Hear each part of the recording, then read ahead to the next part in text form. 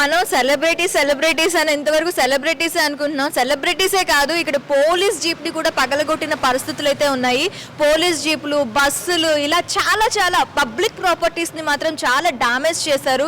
దీనిపైన big boss team సమాధానం చెప్తుందా లేకపోతే ఎవరు సమాధానం చెప్తారా అనేది మాత్రం చాలా దీనిగా అంటే ఒక క్వశ్చన్ మార్క్గానే ఉంది.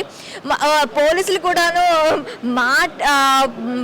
బస్సెస్ కూడాను పగిలిన పరిస్థితులు ఉన్నాయి మేడం. మేమేం ఎవరికి చెప్పుకోవాలి అన్న సిచ్యువేషన్స్ అయితే ఉన్నాయి.